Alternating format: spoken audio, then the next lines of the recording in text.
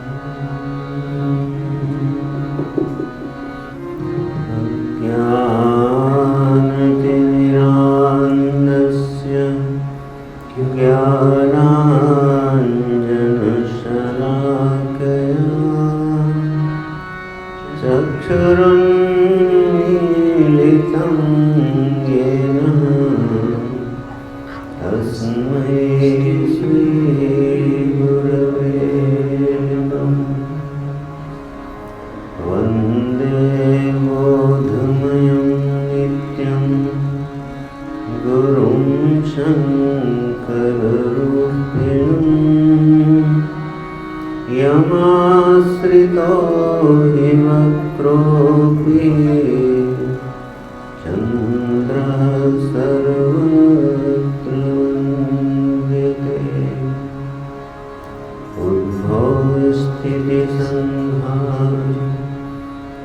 उद्भवस्थितिसंहारकारिणीं क्लेशहारिणीं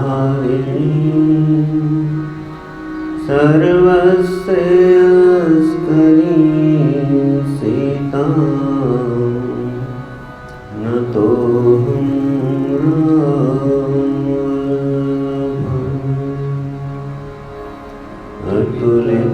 अतुलितवरधामं हेमशैलाभदेयं धनुजवनकृशानं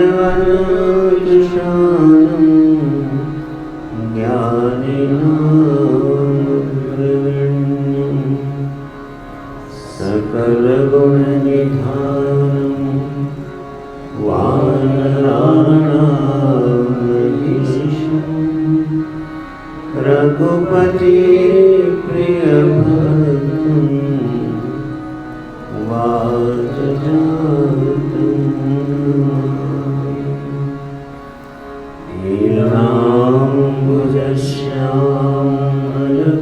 नीलाम्बुजश्यामलकोमलं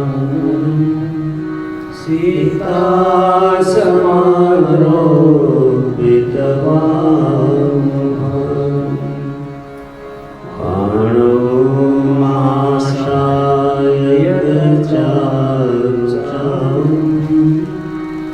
नमामि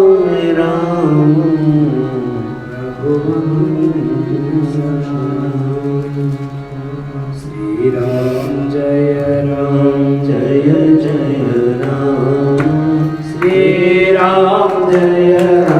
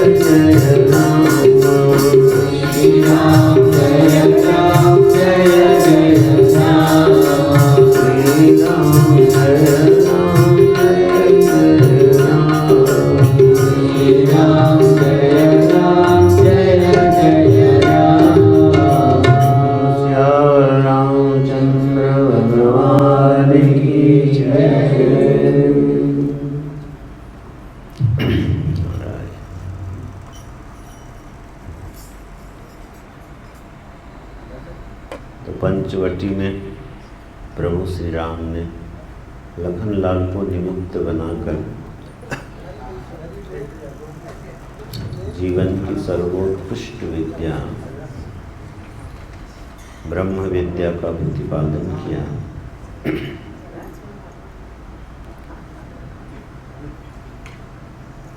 यह जो ब्रह्म विद्या है यह सर्वोत्कृष्ट सर्वोत्तम विद्या है। मनुष्य के जीवन में जो प्राप्तव्य है वो यही ब्रह्म विद्या है जो मनुष्य को प्राप्त करने का प्रयत्न करना चाहिए। उसका लक्ष्मण जी लखनलाल जी को निमित्त बना करके भगवान ने सुंदर उपदेश दिया है पंचवटी में। अब आइए आगे कथाक्रम में चलते हैं। सूर्पनखा रावण के बहिनी, दुष्ट हृदय दारुण जस अहिनी। रावण की एक बहन है, उसका नाम है सूर्पनखा। उसका हृदय कैसा है? एक नागिन के सदृश उसका हृदय है। सभी लोग यथास्थान बैठ जाएं। तो दुष्ट हृदय दारुण जस अहिनी। श्री राम जय जय राम। श्री राम जय जय राम। श्री राम जय जय राम। श्री राम जय जय राम। श्री राम जय जय राम। श्री राम जय जय राम। श्री राम जय जय राम। श्री राम जय जय राम। श्री राम जय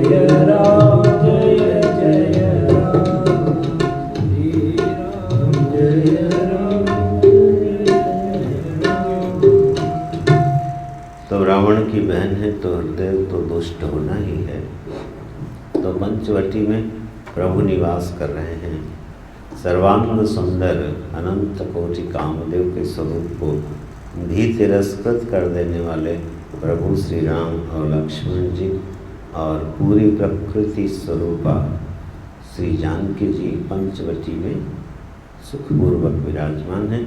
सूर्पनखा वहाँ पहुँचती है। अब भगवान थोड़ा उसके साथ कौतुक कर देते हैं। रुचिर रूप धरि प्रभु पहि जाई, बोली वचन बहुत मुस्काई। बहुत मुस्कुराकर बोलती है, बड़ा सलोना सुंदर सा रूप ले लेती है। और वो भगवान से जिस तरह से बात प्रारंभ करती है भगवान भी फिर उसको उसी तरह से घुमाते हैं।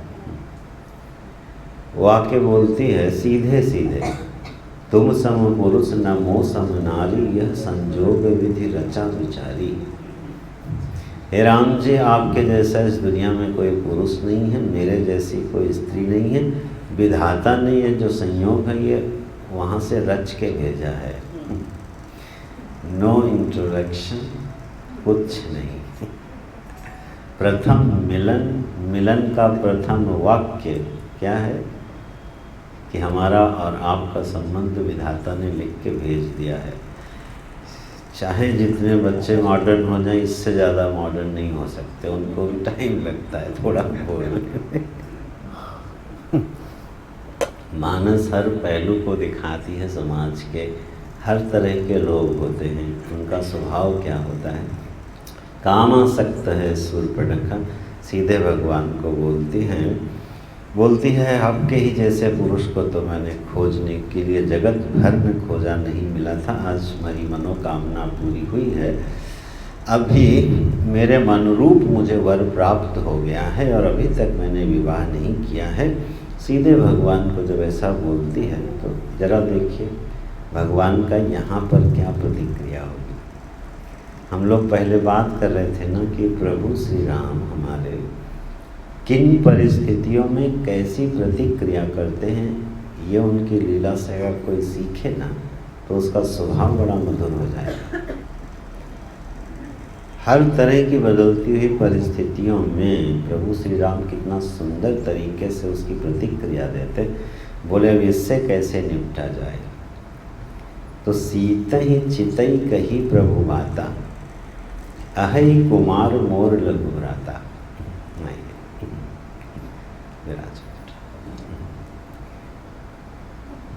भगवान ने देखो क्या कहा, उसकी ओर देखा नहीं, देखा जानकी जी की ओर। तिरछी नज़रों से प्रभु जी जानकी जी को देखकर कहते हैं मेरा कुंवारा भाई जो ये लक्ष्मण है ना, ये अभी कुंवारा है। सीधा सीधा झूठ बोल गए। आपको बताऊं, कृष्ण ने तो झूठ सच में नहीं बोला है, उसकी तो संगति लग जाती। उस दिन हमने मृत्तिका की संगति लगाई थी कि भगवान ने मिट्टी खाई, ये झूठ नहीं था, मैंने मिट्टी नहीं खाई, ये बात सत्य थी। उस दिन हम लोगों ने विचार किया था। भगवान कृष्ण के हर वचन की संगति लग जाती। पूरी मानस में भगवान मर्यादा पुरुषोत्तम राम क्या बोलते हैं, इसकी कोई संगति नहीं है, सीधा सीधा झूठ है। अहई कुंवार मोर लघु भ्राता, तो कहना ये चाहते जब व्यंग करना हो और ऐसी परिस्थितियां हो तो ऐसे झूठ को झूठ नहीं माना जाता, ये झूठ की संज्ञा नहीं है। तो लक्ष्मण जी कुंवारे हैं, थोड़ा विनोद करना चाहते थे, इशारा कर देते हैं। अब देखिए शूर्पणखा ने अभी क्या भगवान से कहा था कि आपके जैसा पुरुष नहीं, मेरे जैसे नारी नहीं, और ये संजोग विधाता ने लिख दिया है। और थोड़ी देर में बदल भी गया। बोले अच्छा आप न सही तो यही सही। इतनी देर में ही विधाता का लेख बदल गया। इसलिए गोस्वामी जी ने स्वभाव क्या बताया, दुष्ट हृदय दारुण जस अहिनी, सर्प के जैसा इसका दुष्ट हृदय है, कोई इसकी बात का वैल्यू नहीं है, कोई कीमत नहीं है। तो अब गई लक्ष्मण रिपु भगिनी जानी, प्रभु बिलोक की बोले मृदुवानी। लक्ष्मण जी के पास जाती है और लक्ष्मण जी क्या कहते हैं, सुंदरी संबोधन देते हैं, सुंदरी सुनो मैं उनकर दासा, पराधीन नहीं तोर सुपासा। भाई देखो मैं उनका दास हूँ और पूरी तरह से पराधीन हूँ, तो तुमको हमारे साथ रहने में कोई सुख होने वाला नहीं है, क्योंकि पराधीन व्यक्ति के साथ जीवन बड़ा परतंत्र रहता है। इस तरह से दोनों भाई थोड़ा विनोद करते हैं। प्रभु समर्थ कौशलपुर राजा, जो कुछ करही उन्हीं सब छाजा। भगवान जो कहते हैं उनको सब अच्छा लगता है। हम लोग तो पराधीन हैं, उनके सेवक हैं, और इसी के बहाने दो नीति के वाक्य बोल देते हैं गोस्वामी जी। सेवक सुख चाह मान भिखारी, व्यसनी धन शुभ गति विभिचारी। बोले सेवक हो और वो सुख चाहे, और भिखारी मान चाहे। कोई दुर्व्यसनी हो वो धनी भी बना रहना चाहे, और व्यभिचारी यश चाहे, ये सब होता नहीं है। सेवक कोई हो और अपना सुख चाहता हो तो वो सेवा नहीं कर सकता है। सबते सेवक धर्म कठोरा। तो ये नीति वाक्य बोल देते हैं। अब लक्ष्मण ने कहा ऐसा करो, तुम प्रभु श्री राम के पास ही जाओ। वो राम जी के पास जाती है, राम जी लक्ष्मण जी के पास भेजते हैं, थोड़ी देर इधर उधर करते हैं। फिर अंत में लक्ष्मण जी बोल देते हैं, लक्ष्मण कहा तो ही सो बरई, जो तृण तोरी लाज परिहरही। बोले अरे तुमको वो वर्ण करेगा जो लज्जा को ना घर में रख के आएगा। जो निर्लज्ज होगा इस दुनिया में वही बेशरम आदमी तुमसे विवाह करेगा। ऐसा बोल कर उसका अपमान करते हैं। तब खिसियानी राम बही गई, रूप भयंकर प्रकटत भई। उसने अपना वास्तविक रूप प्रकट कर दिया है और अपने असली रूप में आ गई है। भगवान ने इशारा किया है, उसके नाक और कान लक्ष्मण जी काट लेते हैं, घायल कर देते हैं। वो बेचारी तड़पती हुई वहाँ से चली जाती है। पहले खरदूषण के पास जाती है। खरदूषण रावण के समान बलवान है, उनके पास जाती है। शूर्पणखा का यह हाल देख करके दोनों को बड़ा क्रोध होता है।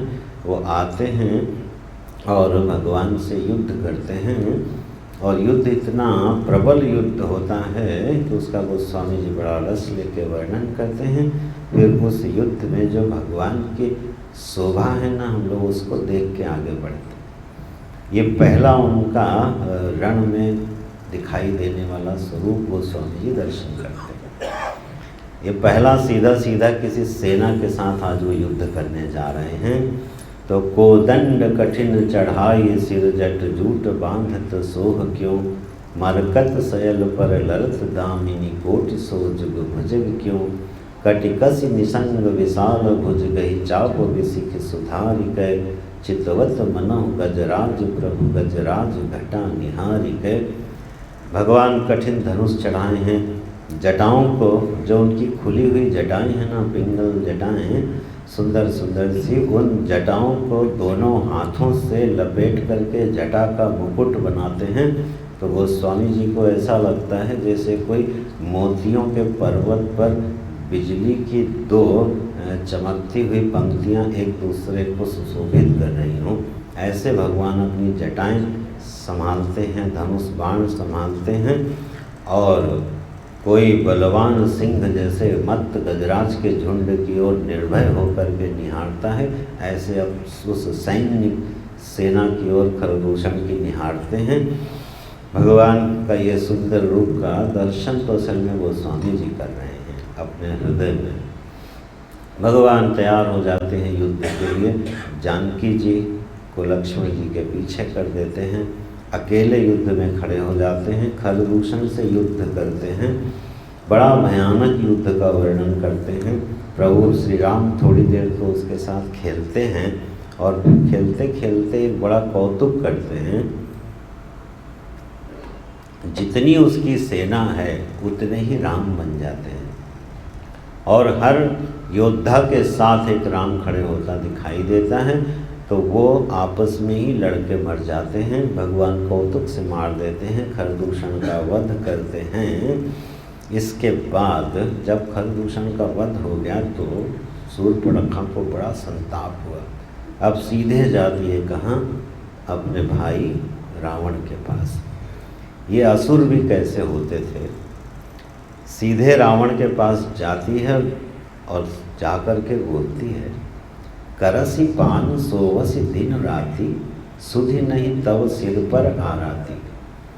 अरे दिन रात सोता रहता है, मदिरा पान करता रहता है, मस्त रहता है, तेरे को खबर नहीं है कि दुश्मन सिर पर पहुंच गया है।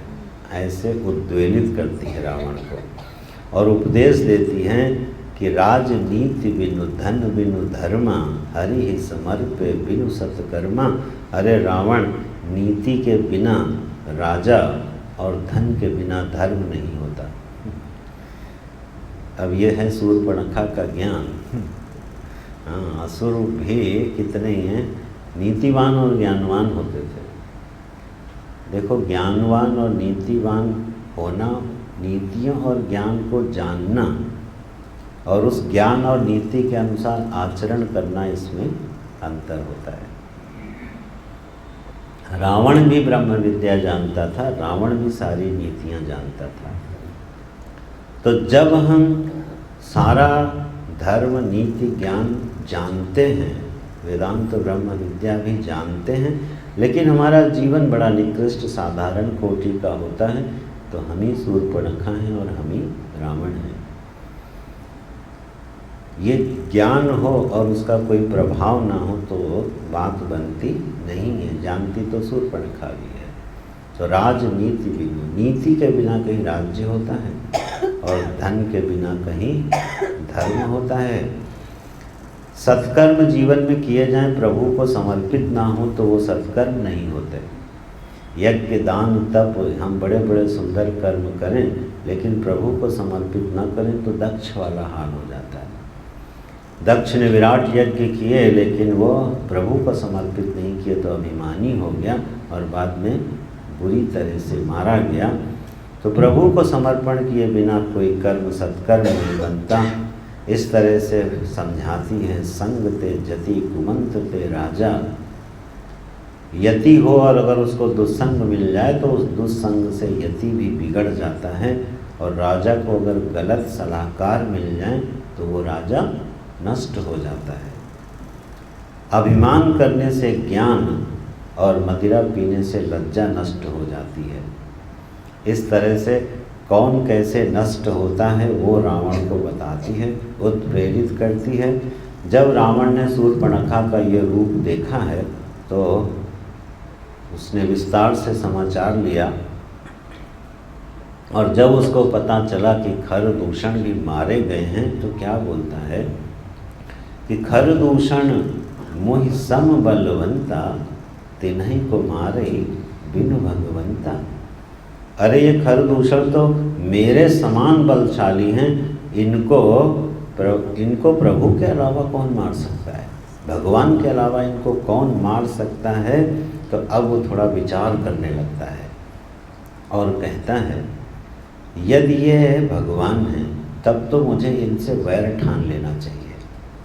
यहाँ निर्णय ले लिया है रावण ने, और इसलिए 1000 समझाने के बाद भी रावण आखिरी बार तक समझाने एक निर्णय लेके वो बिल्कुल दृढ़ हो गया था। क्या निर्णय ले लिया कि सुररंजन भंजन मई भारा, जो भगवंत लीन अवतारा। अगर भगवान ने अवतार लिया है देवताओं का हित करने के लिए, तब तो मैं इनसे जान करके हट करूँगा। क्यों? प्रभु सर प्राण तजे भव तरऊं। तब मैं रणांगण में प्रभु श्री राम के बाणों से मारा जाऊंगा और इस भवसागर को पार कर जाऊंगा। और अगर ये नहीं होंगे प्रभु, तो इनकी फिर कोई हिम्मत नहीं है कि भगवान के अलावा कोई मनुष्य मुझे मार सके, तो फिर मुझे कोई भय नहीं है। पक्का निर्णय ले लेता है और मान लो उससे अपने आप से उसने पूछा हो कि जरूरी है कि रण में लड़ के प्रभु के बाण से मारे जाकर के ही तो मोक्ष को प्राप्त करोगे। अरे अभी उससे उनकी शरण में चले जाओ और भगवान का भजन करो, शुद्ध सात्विक जीवन जियो और मुक्त हो जाओ। ये भी विकल्प तो था रावण के पास।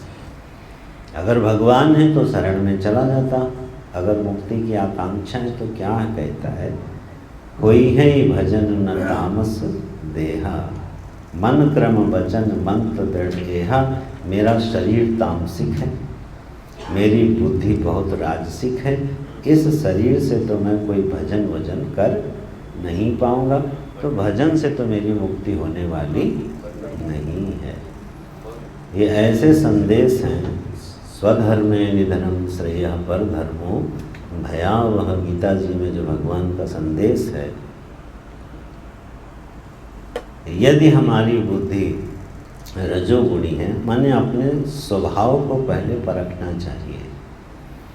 भगवान ने हमको जिस शरीर में भेजा है, इस शरीर में किस स्वभाव के साथ भेजा है, पूर्व जन्मों के हमारे संस्कार क्या हैं, स्वभाव क्या हैं, पहले उनको सद्गुरुओं की शरण में शास्त्र की आंख से देख करके अपने स्वभाव को परखना चाहिए और फिर अपने जीवन में भगवत भजन का साधन चुनना चाहिए। यदि हमारी वृत्ति रजोगुणी है, कर्म बाहुल्यता है जीवन में, और हम 2-3 घंटे भी चुपचाप बैठ नहीं पाते, 6 दिन खूब काम करते हैं और संडे भी बिना काम के हमसे बिताया नहीं जाता है। उस दिन भी हमको लगता है कि चलो कुछ काम होना चाहिए।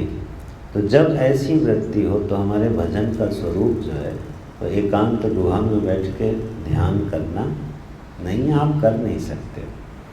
वो व्यर्थ चेष्टा होगी, व्यर्थ प्रयास होगा। तो उस समय क्या करना है, अपने कर्मों को भगवान की सेवा में अर्पित करना है। गीता जी पढ़नी है, उसमें से कर्म करने का तरीका सीखना है। कर्मण्येवाधिकारस्ते मां फलेषु कदाचन मां कर्म फल हेतुर्भुः माते संगस्तु कर्मणि समय सुखे दुखे समय कृत्वा लाभा लाभो जया जय।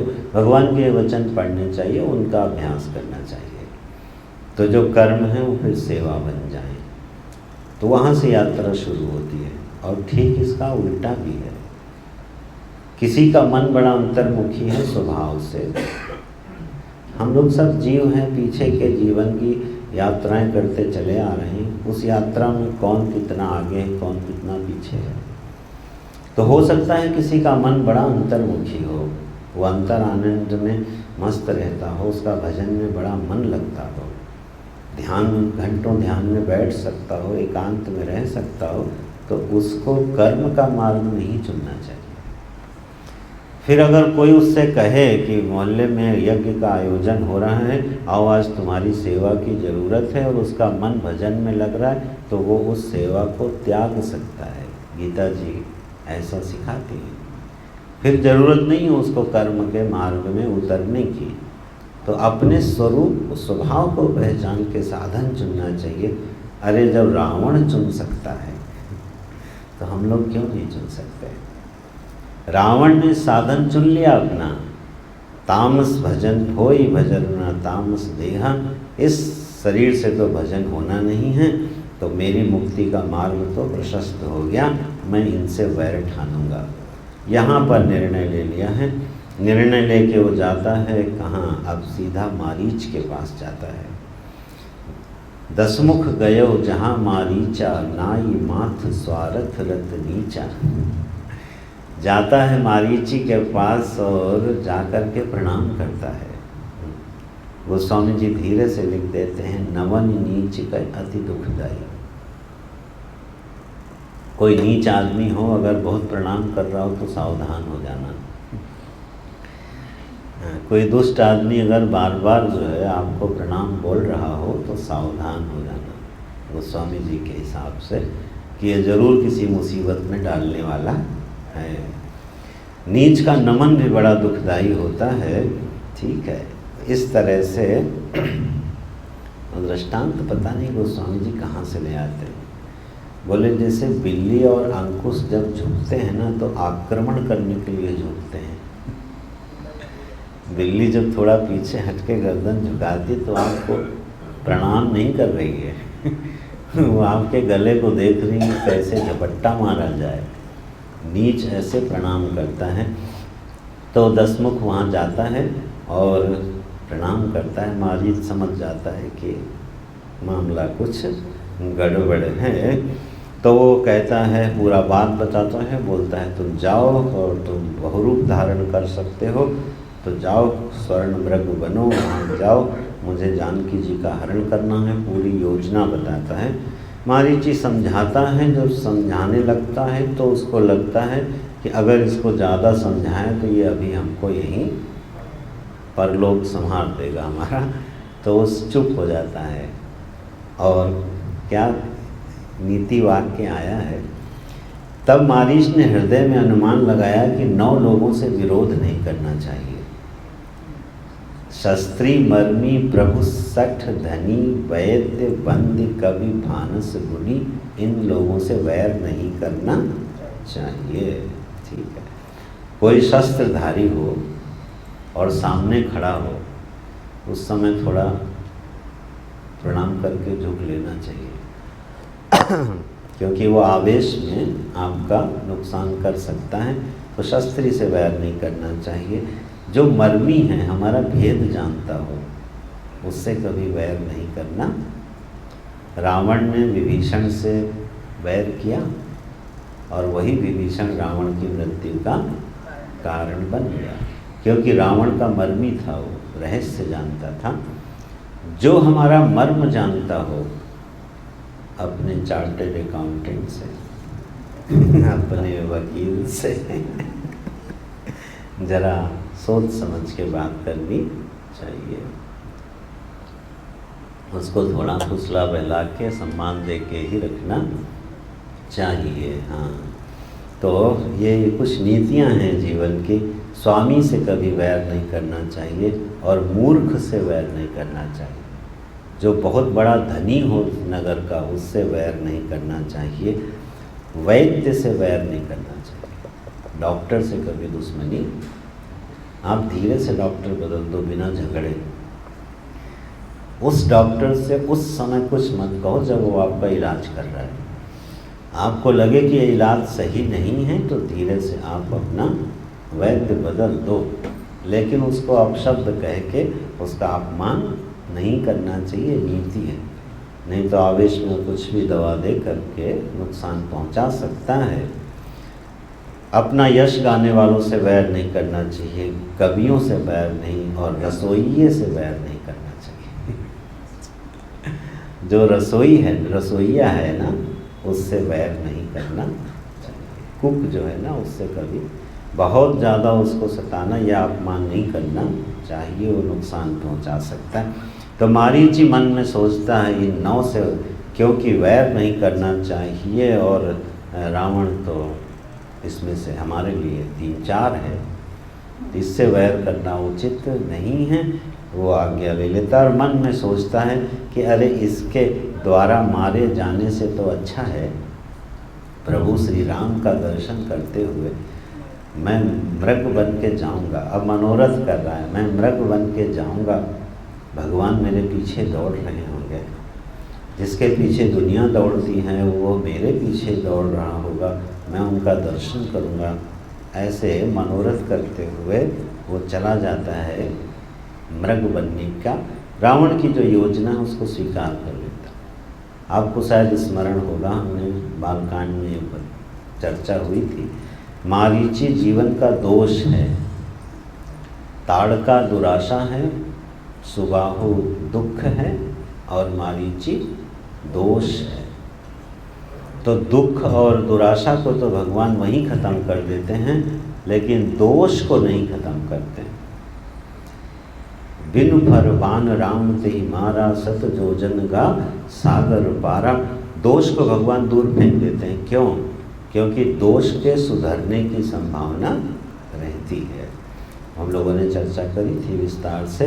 तो ये वही मारीची है, ये दोष है। और देखो उस समय भगवान का दुश्मन था, आज भगवान का प्रेमी हो गया, बदल गया ना स्वभाव। वो जो दोष है वो गुण बन गया। तो ये मारीची आज भगवान का भक्त हो गया, रावण की योजना को स्वीकार कर लेता है, मृग कपट मृग बन जाता है। भगवान जो हैं उसको देखते हैं, अपनी पर्णकुटी के आसपास वो कपट मृग वेश धारण करके घूमने लगता है। तब सीता परम रुचिर मृग देखा, अंग अंग सुमनोहर वेशा। सुनहु देव रघुवीर कृपाला, एहि मृग कर अति सुंदर छाला। ये जो जानकी जी ने जब मृग को देखा है तो सब भगवान की सुंदर लीलाएं हैं, संदेश देती हुई। सुंदर मृग, सोने का मृग देखा है तो जानकी जी उसको पाने के लिए लालायित हो गई और भगवान से मांग कर बैठती है। दूसरी रामायणों में भगवान समझाते हैं कि ये उचित नहीं है। देवी माता नहीं मानती हैं, भगवान को विवश कर देती हैं और उस कपट मृग, स्वर्ण मृग के पीछे भेज देती हैं। भगवान उस मृग का पीछा करते हैं, बड़ी दूर तक भगवान को दौड़ाता है, इधर उधर घुमाता है, खूब दर्शन करता है भगवान के। और भगवान जब उसको बाण मारते हैं तो लक्ष्मण कर प्रथम ही लय नामा, पाछे सुमिर सी मन महु रामा। उसने मुंह से तो बड़ी जोर से नाम लिया है, हा लक्ष्मण, और मन में स्मरण करता है प्रभु श्री राम का, जिनका वो दर्शन कर रहा है। हा लक्ष्मण इतनी जोर से पुकारा है कि वनों की दिशाएं गूंज गई हैं उसके इस पुकार से। जानकी जी ये वचन जब सुनती हैं तो परेशान हो जाती हैं और लक्ष्मण से कहती हैं, लक्ष्मण जाओ, तुम्हारे भाई खतरे में हैं, जाओ तुम उनकी रक्षा करो। लक्ष्मण जी मुस्कुराते हैं, वो नहीं जाते हैं। बोलते हैं, प्रभु श्री राम के स्वभाव को, उनके प्रभाव को मैं जानता हूँ, आप भी जानती हो, ये कोई कपट है। लेकिन एक बड़ी विचित्र चौपाई लिख दी है गोस्वामी जी ने, मरम वचन सीता तब बोला, हरि प्रेरित लक्ष्मण मन डोला। बड़े कटु वचन बोल दिए किसने? जानकी जी ने लक्ष्मण जी को। तो वो वचन सुन करके लक्ष्मण जी बड़े विचलित हो जाते हैं और छोड़ के चले जाते हैं। रामचरितमानस में लक्ष्मण रेखा की बात नहीं है, संभवतः वाल्मीकि रामायण में है। ये रामचरितमानस में गोस्वामी जी लक्ष्मण जी जो है ना, वन के जो देवी हैं, दिशाएं हैं, देवता हैं, उनको जानकी जी के को सौंप देते हैं कि आप इनकी रक्षा करना, और खुद चले जाते हैं पीछे पीछे भगवान के पास पहुंचते हैं। इधर क्या हुआ, जैसे ही लक्ष्मण जी गए हैं, रावण आता है, यति का वेश बना के आता है, सन्यासी का वेश बना के आता है, और उसकी स्थिति क्या है, 110 शीस स्वान की नाई, इत उत चितई चला भड़ियाई। गोस्वामी जी उसकी उपमा दे देते हैं कुत्ते से। यति का वेश बनाया है और बिल्कुल कुत्ते की तरह हो गया है। जब कोई व्यक्ति कुपंथ पे चलता है ना, इमि कुमंथ पत देत खगेसा, रह न तेज तन बुद्धि बल लेसा। तेजस्वी से तेजस्वी व्यक्ति भी जब कुपंथ के मार्ग पर पैर रखता है, तो अधर्म के मार्ग पर पैर रखते ही उसका तेज और बल क्षीण हो जाता है। आपने देखा होगा, जो लोग बहुत झूठ बोलने में एक्सपर्ट नहीं होते हैं और कभी झूठ बोल दें तो थोड़ी देर में पकड़े जाते हैं। वो ऐसे ही है कि पापा कह रहे हैं कि वो घर में नहीं है। वो कुछ मैंने देखा है कुछ लोग, और मुझे सच में बड़ा अच्छा लगता है। कभी कभी ऐसा होता है, मैं कुछ कर रहा हूँ, किसी का फ़ोन आ गया ज़रूरी है, तो मैं किसी को बोलता हूँ देखो कुछ बोल दो, मैं व्यस्त हूँ, कुछ कर रहा हूँ। वो बोल ही नहीं पाता है।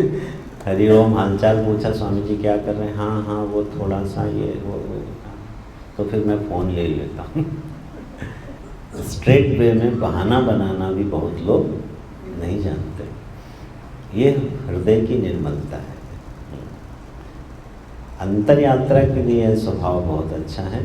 जगत में कभी कभी नुकसान उठाना पड़ता है। वो कोई बात नहीं, भगवान के लिए जगत छूटे तो छूट जाए।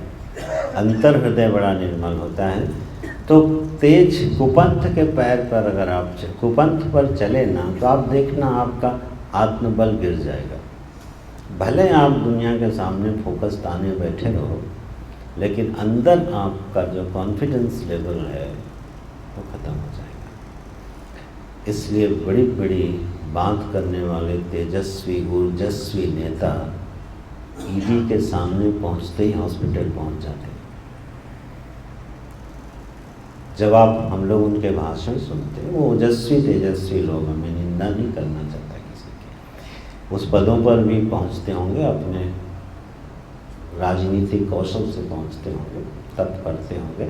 लेकिन आप देखो, वो जिस समय कुपंथ के पैर पे चलते हैं तो बाहर से बड़े तेजस्वी दिखते हैं, लेकिन जैसे ही समय आता है कितने कमज़ोर दिखाई देते हैं, श्रीहीन और तेजहीन हो जाते हैं। मैं सोचता हूँ जिस समय भगत सिंह और चंद्रशेखर आज़ाद को जेल में ले गए थे लोग, वो तो हॉस्पिटल नहीं गए, हंसते हुए फांसी के फंदे पर झूल गए, वंदे मातरम बोलते हुए झूल गए। क्यों? क्योंकि उनका कॉन्फिडेंस लेवल दूसरा था। वो जब जेल की यात्रा पर जा रहे हैं ना, तो कुछ गौरवशाली कर्म किए उन्होंने, उसका उनके पास बल है, तो वो नहीं डरते हैं। लेकिन जब आप कुछ अपराध करते हो तो आपको चाहे जितने तेजस्वी हो, तो गोस्वामी जी लिख देते हैं, इमि कुमंथ पग देत खगेसा, रह न तेज तन बुद्धि बल लेसा। रावण जैसा प्रतापी आज क्या हो गया, छद्म वेश धारण करके, झूठा वेश धारण करके जानकी जी को हरण करने के लिए आया है। नारायण, हम लोग अब गति बढ़ाएं यार, है ना। मानस रोके ही रहती है, हर सदग्रंथ रोक के रखता है। जानकी जी का हरण हो गया, बस ठीक है, चलें। रावण आता है, बड़ी बातें सुनाता है, जानकी जी विरोध करती हैं, उनको बरबस उठा ले जाता है। रास्ते में जटायु से उसका युद्ध होता है। जटायु बड़े वीरता से सामना करता है, संघर्ष करता है, रोकता है, रावण को परेशान कर देता है, लेकिन रावण जैसे बलशाली के सामने वो जटायु टिक नहीं पाता, गिर जाता है और रावण जानकी जी को हरण करके लंका ले जाता है। इधर भगवान ने देखा कि लक्ष्मण चले आ रहे हैं तो आश्चर्यचकित हो जाते हैं, अरे लक्ष्मण तुम यहाँ कैसे, मैंने तुमको कहा था कि तुम्हें जानकी की रक्षा करनी है। लक्ष्मण जी उनको पूरा वृत्तांत बताते हैं, बोलते हैं माता ने ऐसे वचन बोले। भगवान चुप हो जाते हैं, बड़ी तेज़ी से कुटिया की तरफ पहुँचते हैं और कुटिया को श्री विहीन देखा उन्होंने, वहाँ जानकी जी नहीं हैं। अब हमारे प्रभु की ये ऐसी अद्भुत लीला है कि बड़े बड़ों को मोहित कर गई और इसी से रामायण बन गई। ऐसी सुंदर लीला की है विरह की, इतनी सुंदर विरह की लीला की है भगवान ने। हमारे गुरुजी बोलते थे, दुनिया में अभी तक कोई पति ना आज तक हुआ है ना होएगा जो इतना रोएगा। विरह में इस कदर कोई ये रिकॉर्ड कभी टूटने वाला नहीं है, कोई नहीं तोड़ सकता। चाहे जितना विरह हो, ये थोड़ी कहेगा हे खग मृग हे मधुकर श्रेणी तुम देखी सीता मृग नैनी। पत्थरों से, पशुओं से, पक्षियों से, वृक्षों से लिपट लिपट के पूछेगा मेरी प्रिया कहाँ चली गई। ऐसा तो कोई नहीं हो सकता है, बल्कि उल्टा होता है। गई है। खैर मुझे बहुत इसमें रस नहीं आता। मैं उस दिन भी कह रहा था कि सारे विनोद हमारे गृहस्थ आश्रम में इसी पर बने हुए हैं। तो हास परिहास है, ये सच भी हो सकता होगा, झूठ भी होता होगा, मुझे नहीं पता। सच नहीं है ना, धन्यवाद माँ, बहुत धन्यवाद। मेरा हृदय भी स्वीकार नहीं करता। नहीं, बिल्कुल ये मेरा हृदय भी स्वीकार नहीं करता कि 7 फेरे अग्नि में ले करके कोई 7 जन्म का वैदिक रिश्ता तय करता हो और इस मनोभाव से एक दूसरे के साथ थोड़ी रह सकता है, संभव नहीं है। हमारे यहाँ विवाह एक सुंदर संस्कार होता है और उससे वंश परंपरा चलती है। प्रजातंतुम माँ विवच्छेद से ही, ये श्रुति वाक्य हैं गृहस्थाश्रमियों के लिए। जाओ प्रजा का विस्तार करो, उसका छेदन मत करो। आचार्य देवो भव, पितृ देवो भव, मातृ देवो भव, इस संस्कृति का पालन गृहस्थाश्रम से होता है। तो देखिए धारा दूसरी जगह जा रही। गृहस्थ आश्रम तीनों आश्रमों की आधार भूमि है। ब्रह्मचर्य आश्रम का पालन कौन करता है? गृहस्थ आश्रम ही करता है। वानप्रस्थ आश्रम में रहने वालों का पालन कौन करता है? गृहस्थ आश्रम। हम सन्यासियों का जीवन का जो आवश्यकताएं हैं वो कौन पूरी करता है? गृहस्थ आश्रम। गृहस्थ आश्रम तीनों आश्रमों की आधार भूमि है, वो इतनी कमज़ोर थोड़ी होगी। जरा सी बात पे टूट जाने वाली थोड़ी होगी। हाँ, व्यंग विनोद हास परिहास, ये अंग तो भागवत जी में स्वयं भगवान श्री कृष्ण ने रुक्मिणी जी के साथ ये लीला करके दिखाई है। हास परिहास उसका तो अंग बनता है, लेकिन ये इतना कमज़ोर संबंध नहीं होता। अस्तु, तो भगवान इतना रोते हैं कि सती जी को मोह हो जाता है, भरद्वाज जी को मोह हो जाता है। रामचरितमानस के जो दोनों प्रमुख श्रोता हैं उनका यही मोह है कि क्या ये ब्रह्म है जो नारी के विरह में इतना व्याकुल है, यही है वो ब्रह्म राम है। तो भगवान बड़ा सुंदर अभिनय करते हैं, विलाप करते हैं, पूछते हैं, फिर उनको जटायु मिलता है। जटायु को भगवान अपनी गोद में उठा लेते हैं। ये है करुणा वरुणालय करुणा निधान प्रभु, क्या स्वभाव। गिद्ध है, गिद्ध बड़ा निकृष्ट प्राणी माना जाता है, गिद्ध की योनि में है, लेकिन भगवान के काम आया है, भगवान की सेवा करी है उसने, तो भगवान उसको गोद में उठा लेते हैं। घायल है, भगवान का स्पर्श पाते ही जटायु का सारा पीड़ा खत्म हो जाती है। बड़े प्यार से गोद में लेके सहलाते हैं। वो भगवान का दर्शन करता है, भगवान को सूचना देता है। भगवान का दर्शन करते करते भगवान की गोद में जटायु अपने प्राण त्यागता है और त्यागने से पहले एक सुंदर सी स्तुति करता है। जय राम रूप अनूप निर्गुण सगुण गुण प्रेरक सही दस, शीस बाहु प्रचंड खंडन चंड सर मंडन मही। क्या कविता है भगवान की, बड़ी सुंदर स्तुति करता है। हे निरंजन व्यापक ब्रह्म, हे परमात्मा, हे करुणा के सिंधु, आप मेरे हृदय में बस जाएं। और ऐसे स्तुति करते करते भगवान की गोद में बस विश्राम को प्राप्त हो जाता है। कैसे कैसे भक्तों का क्या क्या सौभाग्य रहा है। योनि है गिद्ध की, पक्षी की योनि में है, गिद्ध की योनि में है, लेकिन भगवान की शरण में आके आज वो अजर अमर हो जाता है। भगवान के वात्सल्य और अनुग्रह का भाजन बन जाता है।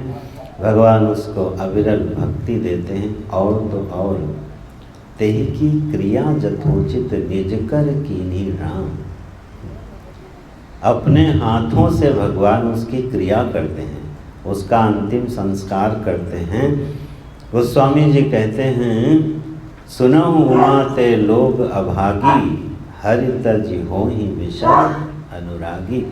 अरे उमा, वो लोग अभागे हैं जो ऐसे हमारे प्रभु को छोड़ करके दिन रात विषय में आसक्त रहते हैं। यही तन कर फल विषय न भाई, मनुष्य शरीर पा करके नित्य निरंतर केवल विषयों की चिंता करते रहना। उनका संग्रह कैसे होगा, उनका रक्षण कैसे होगा, उनका भोग कैसे होगा। सुनो उमा ते लोग अभागी। गोस्वामी जी कहते हैं, अभी ये अभागे लोग हैं, इनका भाग्य उदय नहीं हुआ है कि ऐसा सुंदर अवसर पा करके भी भगवान का भजन नहीं कर पाते हैं। तो गिद्ध जो है जटायु, भगवान की गोद में अनंत विश्राम को प्राप्त होता है। भगवान आगे आते हैं और अब पहुंचते हैं सबरी माता के पास।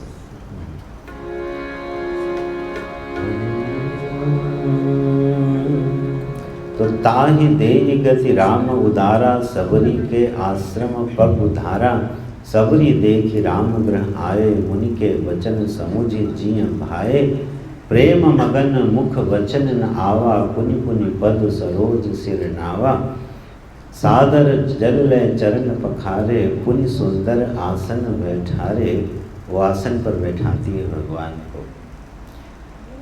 अब बड़ी दुविधा हो गई, धर्म संकट हो रहा है। 1.5 दिन में कथा पूरी करनी है। अगर हर भक्त के साथ हम लोग बहुत देर तक रहेंगे तो पहुंच ही नहीं पाएंगे। ये अक्सर भागवत में भी यही होता है। तो लगता है रुकें कि चलें, रुकें कि चलें। सबरी माता है, देखो, मतंग ऋषि की शिष्या। प्रतीक्षा हो तो सबरी के जैसी है ना। अगर कोई प्रतीक्षा कर सकता हो भगवान की तो सबरी के जैसे करे।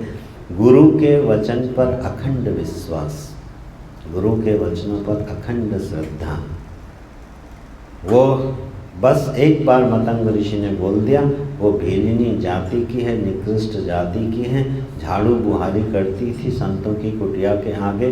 मतंग ऋषि को उस पर दया आ गई तो उन्होंने कहा, सबरी तुम कुछ मत करो, तुम सिर्फ भगवान की प्रतीक्षा करो और रोज ऐसे प्रतीक्षा करो कि जैसे आज ही राम आने वाले हैं। तो घर की अपनी कुटिया की झाड़ू बुहारी करना, कुटिया को सजाना, फल फूल लाना, भगवान का आसन रखना और उनकी प्रतीक्षा करना, उनका स्मरण करती रहना। गुरु के उन वाक्यों पर उसको अखंड विश्वास हो गया कि हमारी कुटिया में एक दिन प्रभु श्री राम अवश्य आएंगे। युवा भीलिनी प्रतीक्षा करते करते वृद्धा हो गई, लेकिन एक भी दिन ऐसा नहीं गया कि उसने भगवान का आसन नहीं बनाया हो, भगवान का भोग नहीं लाई हो, भगवान के लिए पुष्प नहीं लाई हो और उसी जतन से कुटिया ना साफ की हो। एक भी दिन उसको ऐसा नहीं लगा कभी कि इतने दिन हो गए प्रभु आए नहीं, पता नहीं आएंगे कि नहीं आएंगे। ऐसे अखंड विश्वास के साथ भगवान की प्रतीक्षा करती हैं। प्रतीक्षा करते करते जब भगवान पहुंचते हैं तो चिरकाल की प्रतीक्षा पूरी हुई है। भगवान का दर्शन करती हैं। सरसिज लोचन बाहु विशाला, जटा मुकुट सिर उर वनमाला।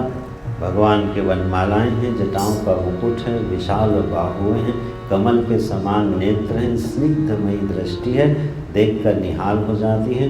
भगवान उसको आशीर्वाद देते हैं और अब उपदेश देते हैं। भगवान नवधा भक्ति का उपदेश देते हैं, लेकिन उससे पहले जो एक उपदेश की पंक्ति है मैं सिर्फ ध्यान दिलाता हूँ। उससे बोलते हैं, हे बिलिनी, हे शौरी, हे भामिनी, हे माता सुनो, मानव एक भगति कर नाता। मेरा जीव के साथ एक ही संबंध बनता है, बोले भक्ति का। केवल एक भक्ति का संबंध है जो मैं मानता हूँ और उसी से मैं खुश होता हूँ। और जाति पाति कुल धर्म बड़ाई, धन बल परिजन गुण चतुराई, 10 नाम लिए हैं भगवान ने। ये 10 गुण गिराए हैं सबरी को कि ये मुझे प्रभावित नहीं कर सकते। और आप ध्यान से पढ़िएगा, ये 10 में एक भी सबरी के पास नहीं है।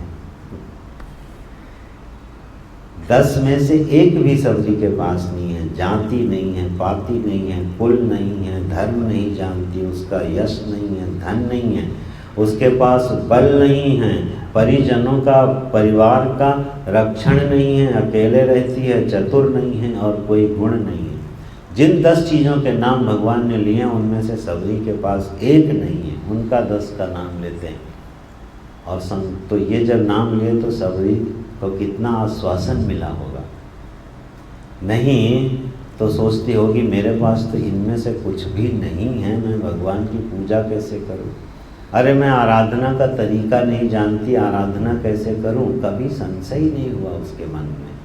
भगवान आश्वासन दे देते हैं, तुम चिंता मत करो, ये सब नहीं होने पर ही, इसका अभिमान नहीं होने पर ही तो मैं प्रसन्न होता हूँ। और सुंदर नवधा भक्ति का उपदेश दिया है। अति संक्षेप में इसको देखते हैं, फिर आरती करेंगे। आज कुछ कार्यक्रम है। प्रथम भगति संतन कर संगा, दूसर रति मम कथा प्रसंगा। ये 9 सीढ़ियाँ हैं जो चढ़ते चढ़ते भगवान के हृदय तक पहुँच जाती हैं। प्रथम भगति संतन कर संगा। जीवन में अध्यात्म की शुरुआत करनी हो तो सबसे पहला काम करना चाहिए, ढूंढ ढूंढ के संतों से मिलना चाहिए, संत का संग करना चाहिए। जहाँ कहीं भी पता चले कथा हो रही है, वार्ता हो रही है, कोई विद्वान आया है, जाके 2 वचन सुनने चाहिए। तो धीरे धीरे हमारे हृदय में वो बिंदु बिंदु करके जो है वो राशि संचित होती जाती है। संतों का साथ होता है। जब भगवान की चर्चा होती है, उनके रूप की, स्वरूप की, स्वभाव की, प्रभाव की चर्चा होती है, तब हमारा मन उनमें रमने लगता है। तो दूसर रति मम कथा प्रसंगा, हमारे जीवन में हमको भगवान की कथा अच्छी लगने लगती है। एक क्रम है, जब सुनते रहेंगे भगवान के सुंदर चरित्र, तो उससे प्रेम हो जाएगा। और उसकी पहचान क्या है कि 2-4 दिन कथा सुनने को ना मिले तो मन कहे कुछ छूट रहा है। भगवान की कोई चर्चा सुनने को नहीं मिली, कोई बात सुनने को नहीं मिली, तब समझना रति जाग गई। दूसर रति मम कथा प्रसंगा, मेरे कथा प्रसंग में आप रति रमण होने लगे। गुरु की सेवा हो, गुरुपद पंकज सेवा। तीसरी भगति, मान महापुरुषों की सेवा हो। मान भाव छोड़ के, दम्भ अभिमान छोड़ के विनम्रता से बड़े बूढ़ों की, गुरुजनों की सेवा हो। और चौथी भगत मम गुण गण करें कपट तजी गान, कपट छोड़ करके भगवान के लीलाओं का वर्णन हो। जब आपस में मिलें तो थोड़ी भगवान की चर्चा करें। परस्परम बोधयन्तः, एक दूसरे को प्रबोधित करें, एक दूसरे को उद्बोधित करें, कुछ भगवान के नाम सुनाएं, गुनगुनाएं। और उसके बाद मंत्र जापो मम दृढ़ विश्वासा। ये वेदों ने ये भक्ति प्रकाशित करी है कि जो गुरु मंत्र है उसके जाप करने से कल्याण होता है। आचार्यों के द्वारा और गुरुओं के द्वारा जो मंत्र दिया गया है उस मंत्र का विश्वास पूर्वक जाप करें। गोस्वामी जी की आप दृष्टि देखो, आदमी यही संशय कर बैठता है कि ये नाम लेने से क्या होगा, माला घुमाने से क्या होगा, राम राम करने से क्या होगा। अविश्वास का जो दायरा है वहीं पर गोस्वामी जी छूते हैं। इस भक्ति को करने के लिए जरूरत पड़ेगी तुमको विश्वास की। अजामिल बुलाता नारायण अपने लड़के को है, आते हैं भगवान, बुद्धि जल्दी मानेगी नहीं। वो कहेगी अरे ये सब पुराण की कथाएं हैं, बुद्धि उसको मानती नहीं। किसी किसी का हृदय जो है वो द्रवित और प्रफुल्लित हो जाता है, भगवान की इतनी करुणा, बुलाया लड़के को, आ गए, खुद आह्लादित हो जाता है। वो है भक्त हृदय। तो मंत्र जाप मम दृढ़ विश्वासा, विश्वास के साथ करना है। अब धीरे धीरे अंदर चलते हैं। छठ दम शील विरति बहुकर्मा। अब जरा इंद्रियों का संयम अच्छा लगने लगा है ना, व्रत रखना अच्छा लगने लगा, उपवास रखना अच्छा लगने लगा। भीड़ भाड़ और बाजार में जाना, बिना प्रयोजन के घूमना, ये सब अच्छा नहीं लगता है। बाजार अच्छी नहीं लगती, विषय भोग जिनकी ज़रूरत नहीं है वो अच्छे नहीं लगते, क्लब और पार्टियां बहुत अच्छी नहीं लगती। तो छठ दम थोड़ा अब जीवन में इंद्रिय निग्रह अपने आप आ रहा है, शील आने लगा। हमारी वाणी जो है किसी को कष्ट नहीं पहुंचाना चाहती। मैं नहीं चाहता कि हमारी वाणी से, हमारे जीवन से, हमारे कर्म से किसी को कष्ट पहुंचे। शील आ जाता है, थोड़ी वैराग्य आ जाता है, केवल जितने ज़रूरी काम हैं वो करता है, सज्जन धर्मों में लगा रहता है। फिर सारे जग को धीरे धीरे मेरे जैसा देखने लगता है। संत को तो मुझसे अधिक बढ़ के मानता है। संत दर्शन हो जाए तो मानो भगवंत दर्शन हो जाता हो, ऐसा उसके मन में आह्लाद होता है। यथा लाभ संतुष्ट है, सपने में भी दूसरे के दोष नहीं देखता है। और नवम सरल सब संग छलहीना। काश ये सुंदर सुंदर जो मधुर स्वरूप गोस्वामी जी खींच देते हैं ना, वो मन को छूता है। बोले नवमी भक्ति क्या, बोले सब संग सरल। अब सबके साथ बड़ा सरल हो गया है, इतना क्यूट और सिंपल हो गया है कि बड़ा प्यारा लगने लगा है। बच्चा हो गया, जैसे एक छोटा बच्चा सरल होता है, छलहीन होता है, ऐसे कोई साधक सरल और छलहीन हो गया। हर मिलने वाला ये जानता है कि इनसे अब हमें कोई कष्ट या कोई खतरा नहीं है। ये है सरलता की पहचान, छलहीनता की पहचान, कि जब सामने वाला हमसे कुछ भी छुपाने की ज़रूरत ना समझे। हमें आश्चर्य होता था कि हमारे परम पूज्य गुरु जी को लोग अपनी उन बातों को शेयर करते थे जो अपनी पत्नी और माता पिता से भी शेयर नहीं कर पाते थे, छिपा ले जाते थे। वो आके हमारे गुरु जी के साथ शेयर करते थे। तो मैं सोचता था कितना भरोसा विश्वास है, क्योंकि एक बात पक्की है ना कि यहाँ से कल्याण ही होगा तो अकल्याण तो कभी होगा नहीं। साधु ते हो ही ना कारज हानि, साधु से कभी नुकसान नहीं पहुंचता किसी को। तो ये है नवम सरल सब संग छलहीना, बड़ा प्यारा सा हो गया है वो। और मम भरोस ही हरस न दीना, अब वो ना बहुत हर्षित होता है ना दीन होता है, उसको भरोसा मिल गया है मालिक का। सर्वेश्वर प्रभु के छाया में, भरोसे में निश्चिंत होकर अपनी जीवन यात्रा जीता है। विपरीत परिस्थिति आने पर शोकग्रस्त नहीं हो जाता, अनुकूल आने पर बहुत अधिक हर्षित नहीं होता, क्योंकि पूरे जीवन की बागडोर उस अनंत के हाथ में चली गई है। कहाँ से शुरुआत करी थी? संतन कर संगा से। ये बिल्कुल स्टेप्स हैं, ये आध्यात्मिक यात्रा के सोपान हैं जो प्रभु श्री राम ने साक्षात अपने मुख से अपनी परम प्रिय भक्तिनी शरणागत माता सबरी को बोले हैं। तो वो सबरी को भगवान उपदेश देते हैं। और आपको याद दिलाऊं, सबरी को ही भगवान ने जीवन मुक्त किया है। सबरी को जीवन मुक्त किया है। दशरथ जी भी जीवन मुक्त नहीं हुए, अहिल्या भी जीवन मुक्त नहीं हुई है।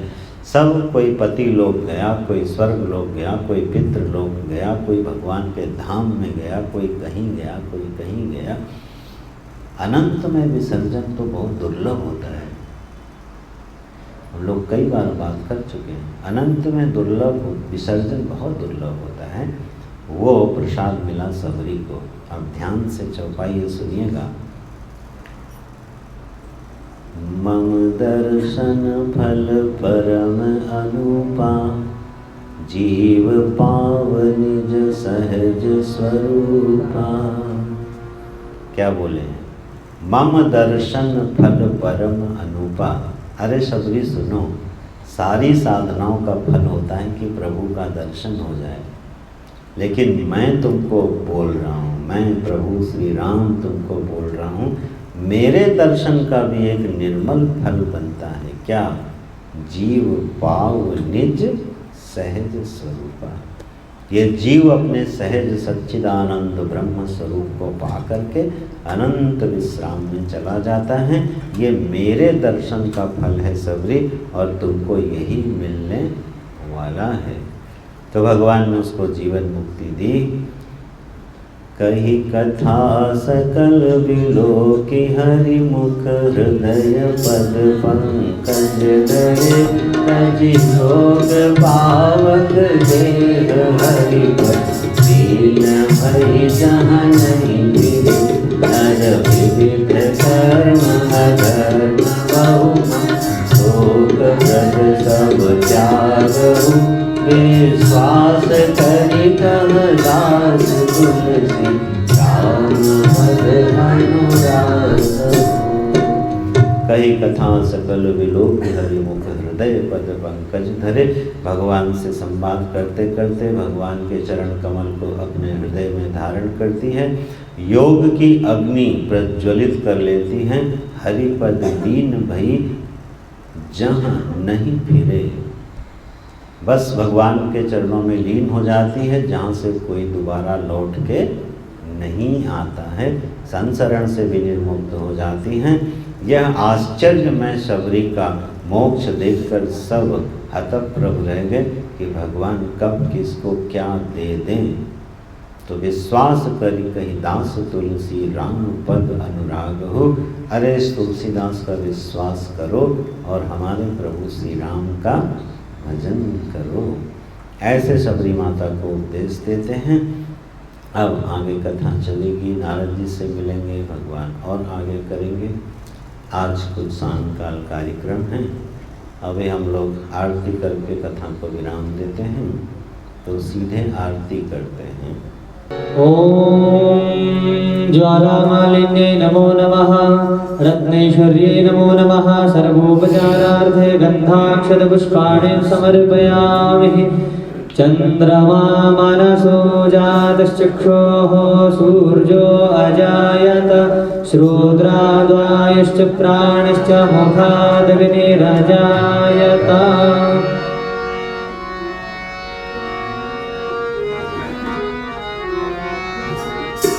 आरती श्री रामायण जी की, कीर्ति कलित ललित सियपी की।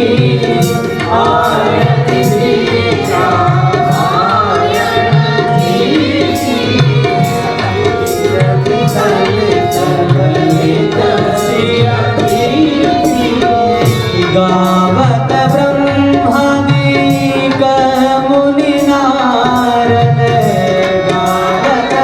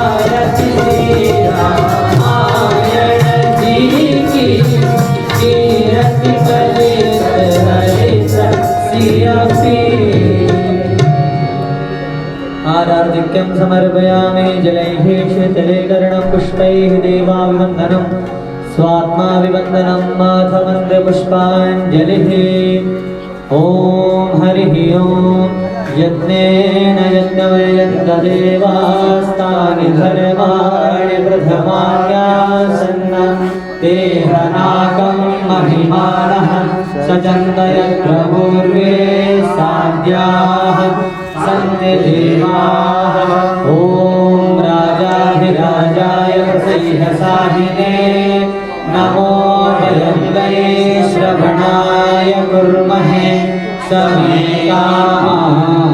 कामकामाय मह्यं कामेश्वरो वै श्रवणो दधातु कुबेराय वै श्रवणाय महाराजाय नमः ॐ योपां पुष्पं वेद पुष्पवान् प्रजावान् पशुमान् भवति चन्द्रमा वापां पुष्पं पुष्पवान् प्रजावान् पशुमान् भवति यहेवं वेद योपामायतनं वेद आयतनवान् भवति नानासुगन्धपुष्पाणि यथा कालोद्भवानि च पुष्पाञ्जलिर्दत्ता गृहाणा परमेश्वरः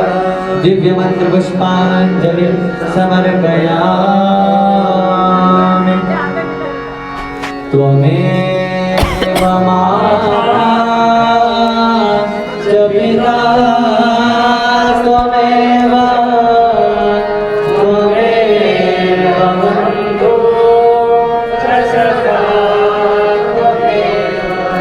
त्वमेव विद्या द्रविणं त्वमेव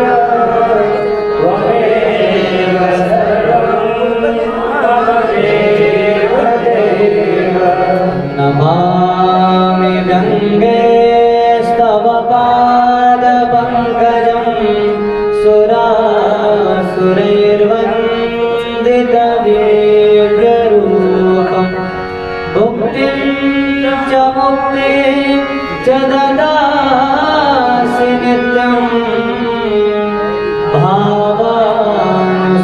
भावानुसारेण सदा नराणां भावानुसारेण सदा नराणां कायेन वाचा मनसेन्द्रियैर्वा बुद्ध्यात्मना वा प्रकृते स्वभावात् करोमि यत् सकलान् परस्मै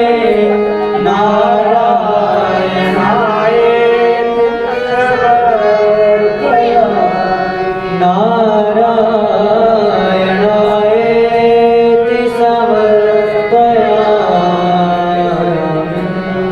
बोल श्री रामचंद्र भगवान की जय गंगे मैया की जय व्यास जी महाराज की जय ओम नमः पार्वती पतये हर हर महादेव।